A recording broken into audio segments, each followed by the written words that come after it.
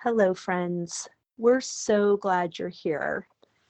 Now, if you have missed the last two episodes of Love Letters, Life, and Other Conversations, hit pause now and go back, just so that you have context for today's chat with Trish Donnelly. She sent us an email with a love letter and shared the most remarkable story that Jane and I could not wait to talk about it. And then once we started, we knew we couldn't contain it into one episode.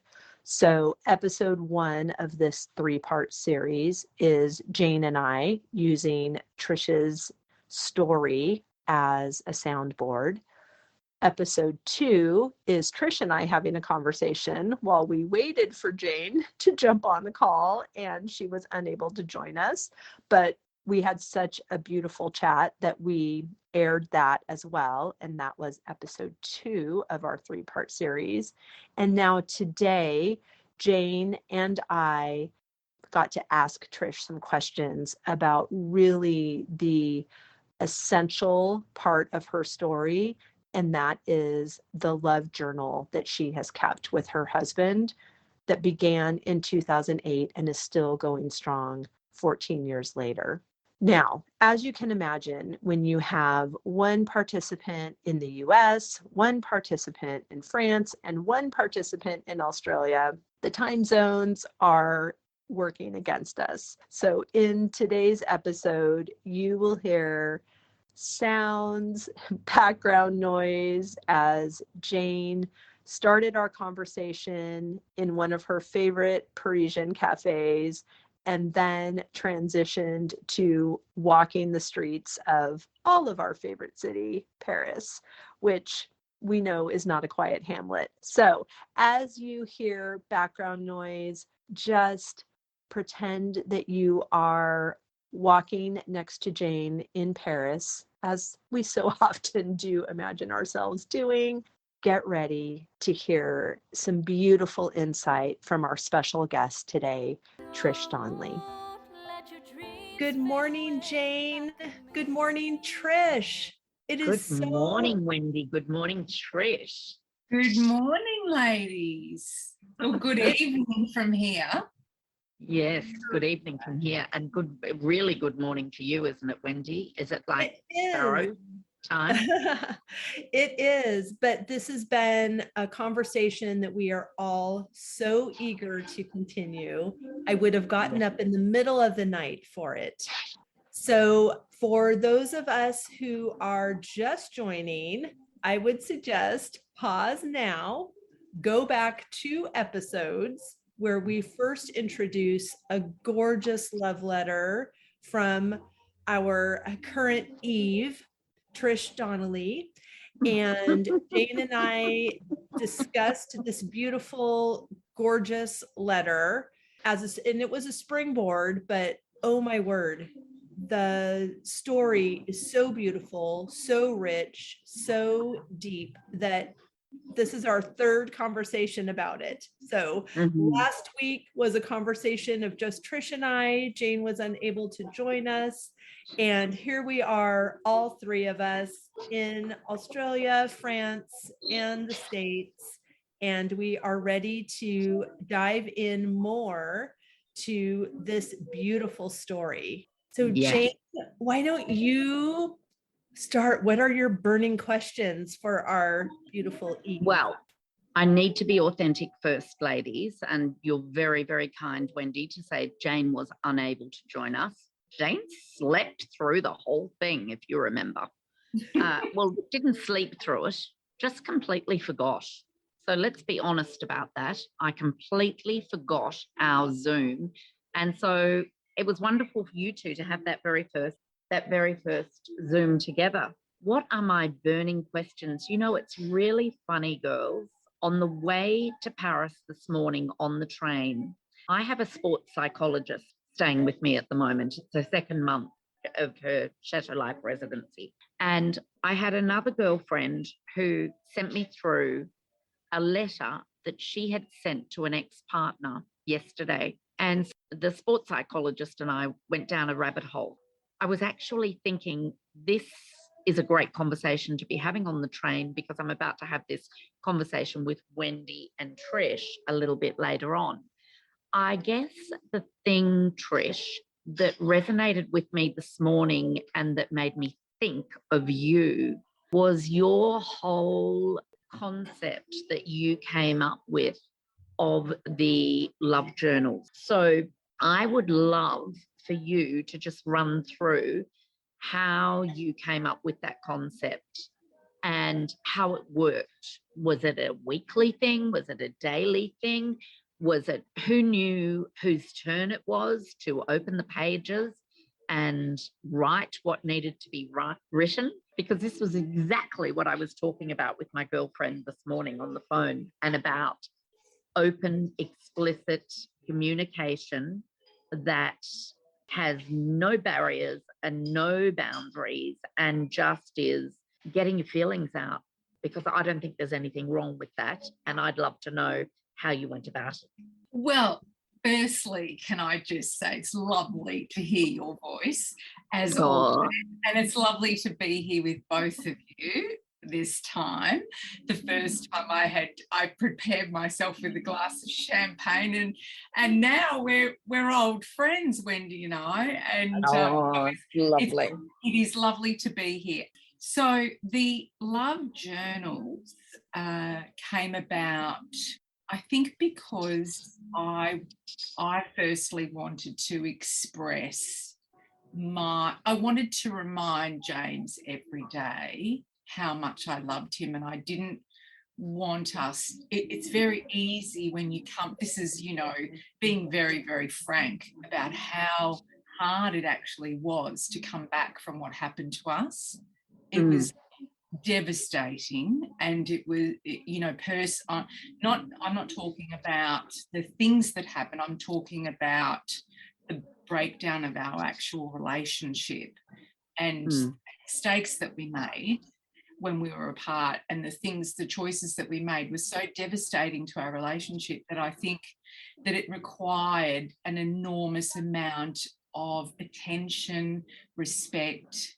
It just required so much detail in every element of our day, our thoughts, our actions, to repair what we had broken. And for me, the love journal was one element that I could introduce to give him a note every single day. Something. It was every single day. It was every single day, that it was really important to remind him so that we wouldn't fall back in a hole. And I needed my own reassuring and my own. And James is very affectionate and very loving and very complimentary, and always is always very supportive. And so that, I was getting what I needed. I needed to find a way, apart from our 101 days that we were aiming for, I needed to find a way to show my love to him. Is that, as a female to a male, it's a bit trickier. So, that was what we did. So initially it was every day, and then he reciprocated. I would sort of put it on his pillow, and he would come home from work and see the love journal, and it was just a reminder every day of what it was that I loved about him, what I was grateful for in our relationship, and his attributes and all of those sort of things. And we just found small things in every day, and it just grew from there. And then it sort of evolved into going from being every day to sort of then, like now, what are we, 14 or so years on, we still have the journals, but they are brought out on more momentous sort of occasions, or during bad times, during happy times. That's not all the time. It's just when I feel like he needs to hear something from me that, needs to feel appreciated and loved, or something really, we've been through more tough times since 2008, of course, that life always throws you challenges. So, during those times. So it's been a wonderful thing to have to break the ice sometimes too. Yeah. Yeah. I love it so much. I love it too. Because I know you also did something physical every single night. For how many nights was it, Trish? 57. 57. Amazing. Well, I'm a writer and I'm not an instigator. And Wendy and I have talked about this on numerous occasions. So I would probably find writing in a love journal an easy activity. Whereas if I had to instigate the other, well, the party wouldn't get started. Let me put it that way. Right? It wasn't a party every night, I can tell you. I cannot imagine. I cannot even imagine. I'm just so impressed with the level of commitment to what items were in your wheelhouse, but also what items were uncomfortable and at times felt like a chore, and the level of commitment. And my question is, Jane mentioned she's a writer.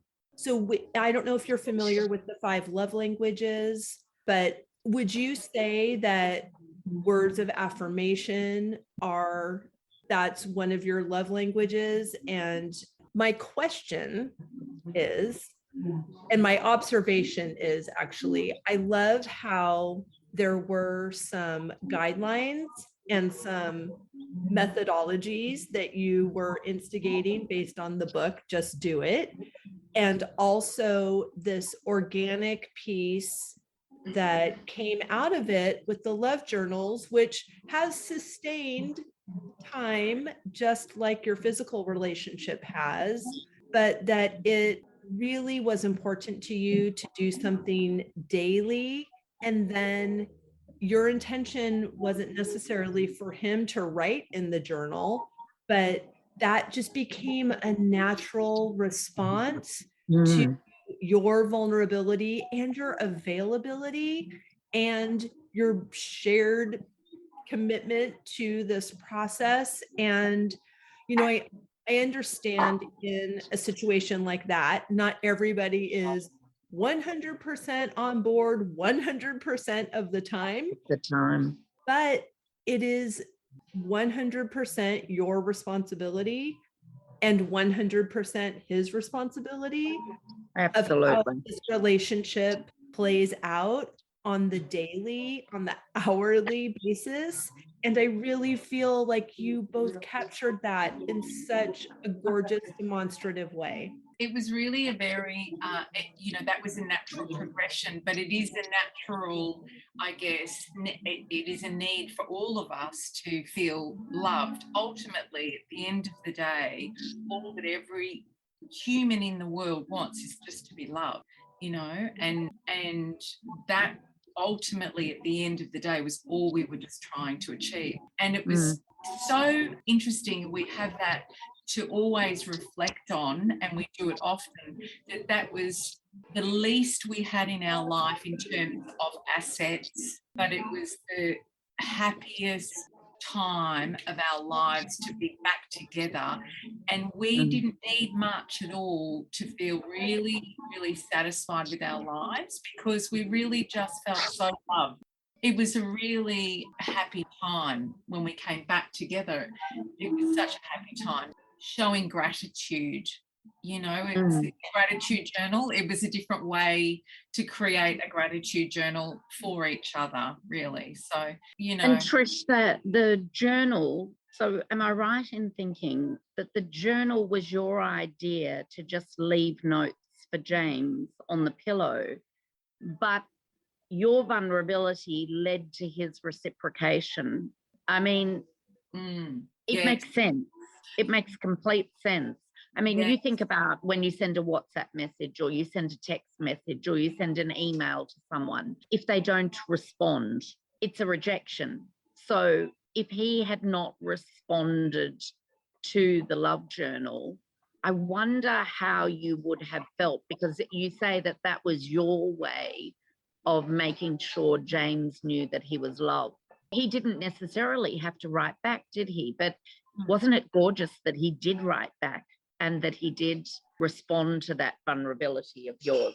And it's so, actually, I learned, and I think he also learned something about himself, that he has a wonderful and beautiful way with words. Like, really, he's quite a Aussie ochre kind of a bloke, my husband. He's quite brash, but he has written me the most beautiful, delicate, thoughtful, kind, generous, romantic letters over the years that spoken to me in words in a way that I honestly, like, he's very romantic, and with his actions, like I said before, with everything that he does, but just I didn't expect him to be so articulate with his word, to be really honest. I really did, and it was really beautiful to have that reciprocated. Yeah, it was really lovely.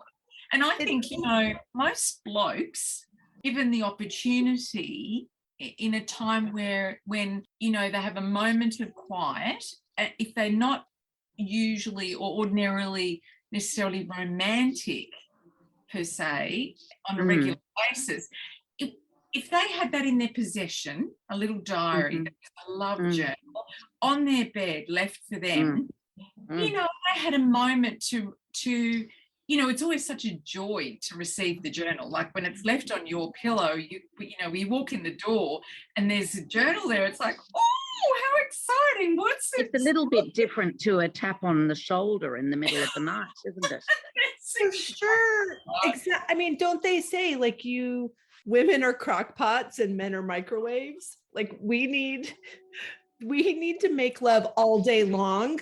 When he does touch your shoulder in the middle of the night, your initial thought may go to what he wrote in the journal. Like, it's so good, just nurturing and water and sunshine to this beautiful relationship that you're both trying to grow, instead of, just one method. You need sun, you need water, you need fertilizer, you need all these things to make it grow. It's not just one method that's going to work for sustainability, for sure.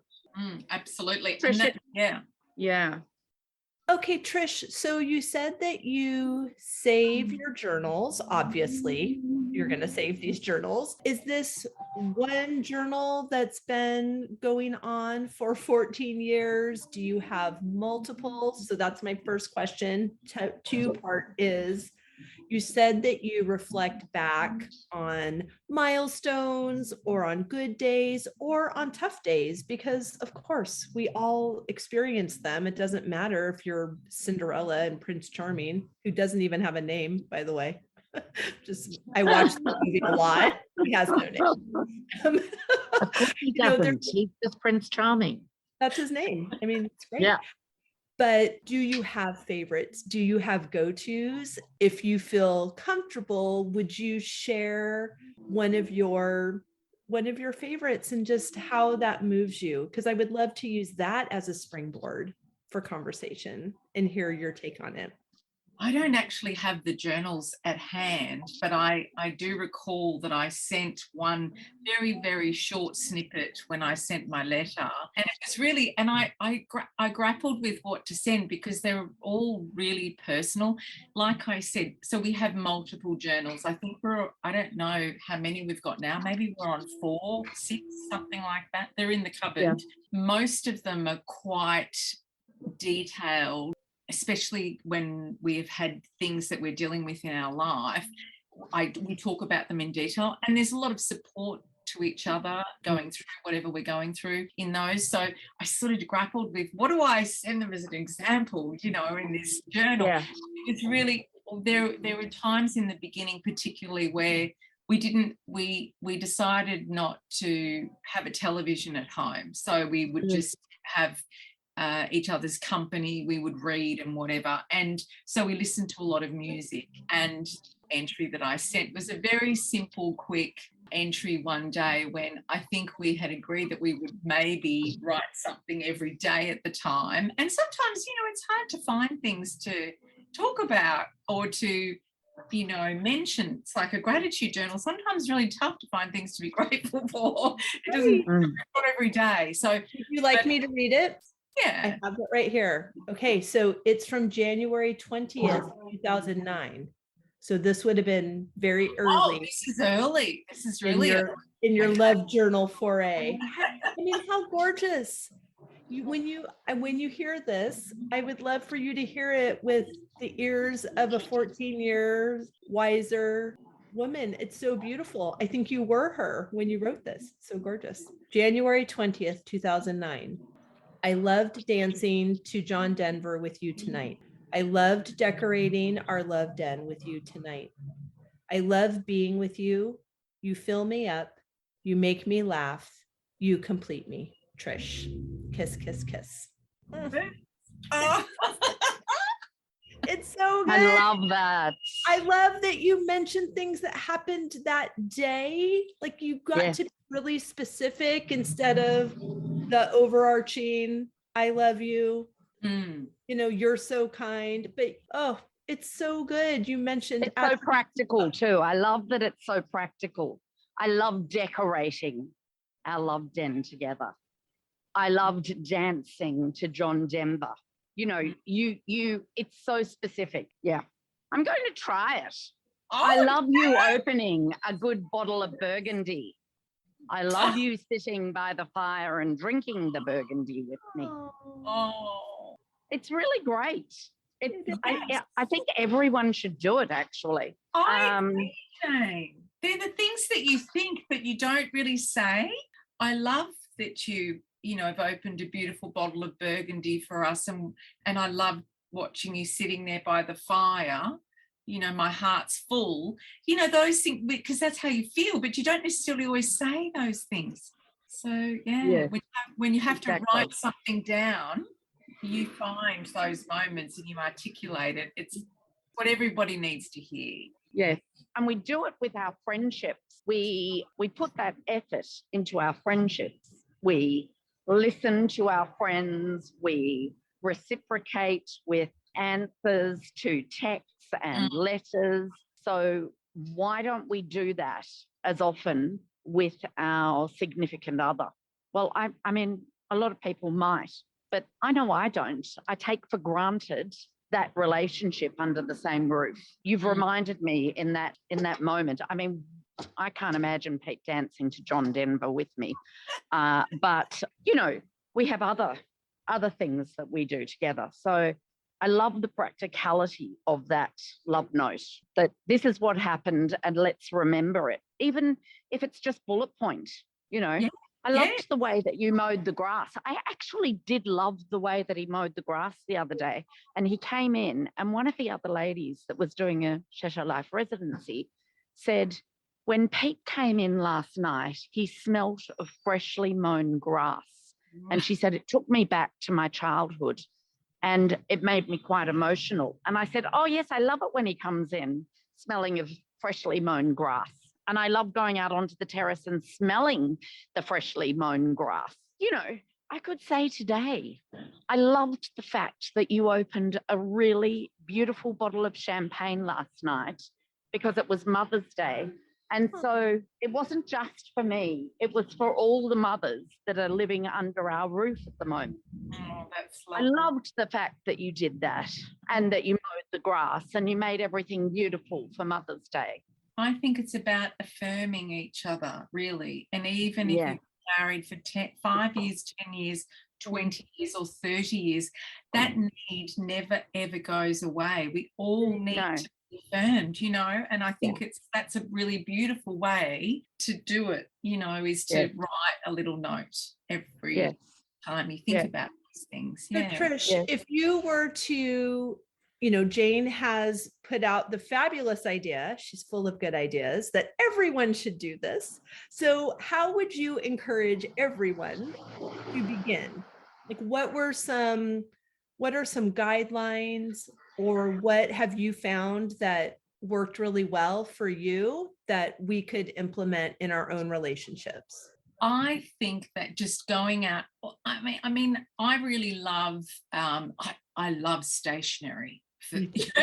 Let's just start with that. I think that was the first. So funny, Trish, that you've said that. As I was leaving this morning, I opened a drawer and I found a beautiful little notebook. Do you know the fabric maker and wallpaper maker, Antonia Poisson? No. She does the most beautiful wallpapers, but also notebooks. And just as you said that, I thought, oh, that beautiful little notebook girlfriend gave me a couple of months ago, that would make the perfect love journal. Absolutely. But I'm thinking even broader. Why aren't we doing these types of things with all the relationships in our lives? Why not do a love journal with a sibling or with a child? With your significant other, obviously, is absolutely beautiful. But with any relationship that needs work, Mm-hmm. the love journal be a beautiful way to start a growth process, a healing process, whatever it is that particular relationship needs. Yeah, I'm glad that you qualified that, Jane, because I think, I could start a love journal with Amelia. That would be so easy. Yeah. Because we are a walking love journal. It is important to foster the easy, and it's important to foster the needed and the necessary and the ones that, I heard a word today, a spin on the word uncomfortable. It's fun, comfortable, like you're you're needing to stretch. You have to reframe some of these things and just do the hard thing, because that resistance, that the courage, everything that you want is on the other side of courage. And a lot of times communication is the key to that, because although we've been together forever in some of these relationships, nobody can read anybody's mind. And speculation is not always going to be in our favor. And I'm a huge proponent of using your words, and using your words in written form. It's vulnerable and it has staying power. And it's vulnerable and it has staying power. Like, those are good things as well. And they're lovely to reflect back on for the other person. It's beautiful. So Trish, you said start with, finding one thing that you love. You love your journal. And then what else do you suggest? I think, finding a beautiful book, a beautiful notepad, a journal, something that's really gorgeous, that you really love to hold and look at. That you love holding. Something that you really don't start with an exercise book. Right. That's right. Back in an envelope.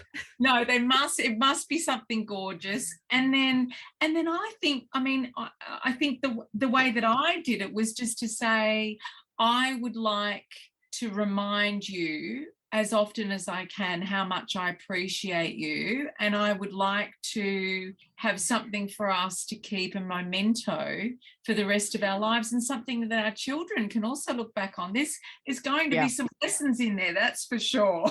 And but there's also history and all of those things. So, I think that to start, everybody will have their own reasons, but having something that can be kept and looked back upon is so important.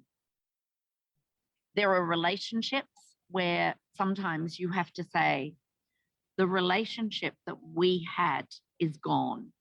Mm-hmm. But are you interested in drawing a line in the sand and stepping over that line together and starting a new relationship? Are you interested in beginning again? There'll still be parts of what we had, but we need to move on from the hurt or the estrangement or the rejection or the infidelity or the whatever it was, or the nasty words that we said to one another, or the silence that we comfortably fell into. Sure. And we need to start again. Are you interested in a new relationship? And maybe that is the start of it. Maybe that is that stepping over the line and asking permission, or asking, inviting someone to start something new with you would be an incredibly great way to start this love journaling as well. Absolutely. Yes, definitely. I write letters to my children over time, and my children have reciprocated with letters back to me. I don't know. I can really see it being valuable, particularly when you talked about siblings, like I've just found 4 new siblings, and I'm starting a relationship with with my 2 sisters. Yeah, and I really am, and we are writing to each other using a communication app, but I would treasure so much having something that's more of a keepsake, that's really special and precious, that we've created together, that we've really made our own. That was a communication. And because there are and there are times you go through tough periods and you can't talk and you don't want to talk, but rather than have anything negative in there, something, it's a love journal, really a love journal, where you only share words of love. That's where you go to that place. I thought of you today. I miss you. They're the best 3 words, I think, that you can say to anyone. I miss you. It opens up a whole plethora of emotions and communication. So I love that rule about the love journal only being available for love. Yeah, me too. And then that just leads me to ask, then you had called your bedroom the love den. Was that also a rule for your bedroom? Yes. So the love den. Yes, because I think when you first get married, I think when we first got married, I decorated the boudoir with all of these photos of our family, extended family, with all of these other things. And then I remember reading somewhere that it was sort of bad karma to have any photos of your children or photos of your parents in the bedroom. And all I don't think my husband would have coped with photos of his mother-in-law on the bedside table. So, but I can't say the same. I think I did have photos of my mum and his mum in our bedroom. So maybe that's what went wrong. I don't know. But I don't think so. But yeah, so we really concentrated on, and still to this day, I only have things that I really love and treasure that are very personal. I've got artwork in our room. I've got, but I don't have photos of the children. I don't have photos of extended family in the bedroom. It's just our bedroom, and that's it. It's just you. Yeah. Oh, I love it. And we have candles. I have crystals here in front of me. We're in our love den, my love den now as we speak. I have crystals in front of me, which I put out when there's a beautiful big full moon, Jane. And, I do all of that stuff with my crystals, and I just have things that I love in the bedroom to create beautiful energy. And, that's really important. Oh, I love the intentionality. I love that. I love it. To be intentional. It's so good. And it's paid off. I think that's it. Yep, it paid off. Trish, I have absolutely adored hearing all about the love journal today. Thanks, Jane. Wendy, what are your takeaways from it? Wow. Okay. So I loved, again, the intentionality. I love the idea of creating a bedroom as your space with your person, so that all the things you're saying you want are actually demonstratively casting a vote in that direction as well. I love that. I'm also a paper lover. So I love the starting of the journal with having it be something beautiful that you're already excited about. And I really loved the rules. I mean, I keep saying love. I like the rules of engagement for the journal and the rules of engagement for that space. Yeah. Like if you have an uncomfortable conversation to have, let's take it outside. Let's let it just air out and be in nature, or let's, have that conversation at a coffee, like somewhere else where that energy gets to stay in that space or be dissipated, but not in this place where we're supposed to come together. Yeah. Yeah. How about you, Jane? Your takeaways? One word, and Wendy brought the word up, intentional.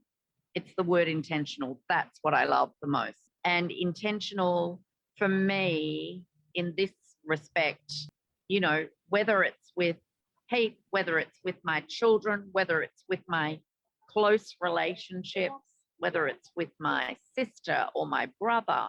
I would have loved to have tried this with my mum. It's too late, but maybe it's not too late. Maybe I could have a love journal to my mum. There are things that I would have probably loved to have said. We were really great friends, but there were, and we loved each other madly, but there were things that I just didn't talk about with her that I would love to share with her. So I think it's just the word intentional I'm taking away from it, because I think you've hit the nail on the head, Wendy. That's what Trish and James have been, intentional with one another. And that's my big takeaway. I love it. Trish, in retrospect, in hearing how this information, your gorgeous story, hit our hearts, is there anything that you would like to add, that you would love people to know? Do you have a fresh takeaway? What would you like to say in closing?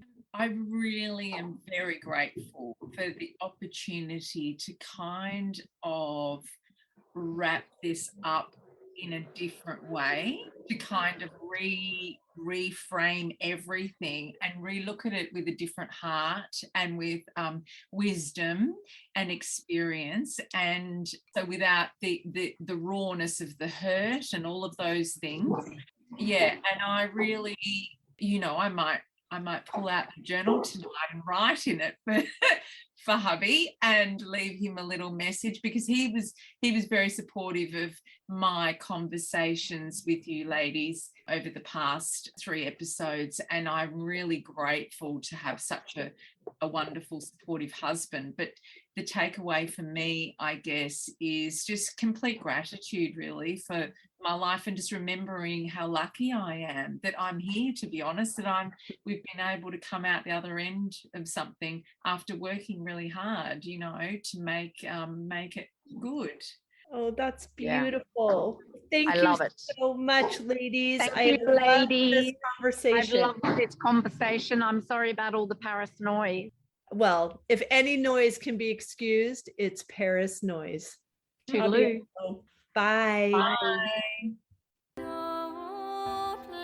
We have loved this conversation and sharing this love letter with you, and we would like to invite you to send us your love letters. Visit the link in the show notes to send us your letters and to join our email list. See you next week.